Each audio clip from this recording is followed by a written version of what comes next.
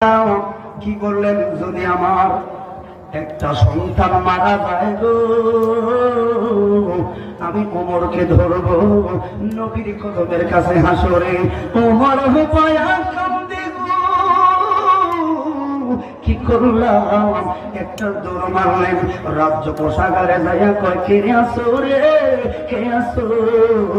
বাইতুল মালের কাছে যাইয়া বললেন, খলিফাতুল মুসলিমিনকে কখনো এমন কাঁদতে দেখি নাই রে। কেন কথা বলবা না, তাড়াতাড়ি কোষাগারের সাদি করে ওই কিসের কারণে কাম ছেড়ে যেই মাত্র বাইতুল মালে তালা খুইলা গো, একটা একার অবস্থা টান দিয়া নিজের কান্দের মধ্যে বললেন। লোকেরা বললেন, খলিফা রে, এটা ভালো দেখা যায় না গো, অত পৃথিবীর সাহস, আপনি হলেন ওমর, এত দেশে আপনি চালান, তো আপনি যদি এই জায়গায় আটার অবস্থাটা কান দেবেন, এটা লোকে কি বলবে, কোথায় নেওয়া রাখবো, কার বাড়ি যাইব গো, আমাদেরকে বলে দেন, আমরাই তো হুঁশিয়া দেব।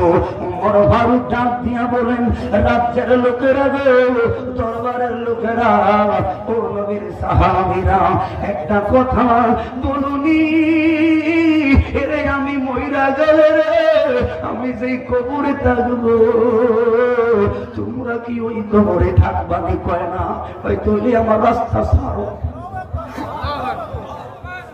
আমার রাস্তা ছাড়ো।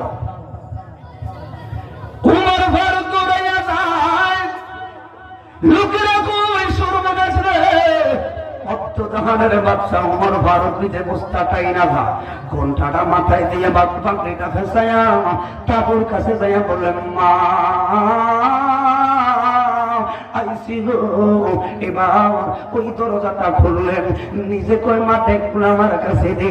উমর নিজেই টাকা লইলেন, নিজেই আটা খুললো, নিজেই ফেললো, নিটে রুটি বানায়া উপায়া কান্দে এরে।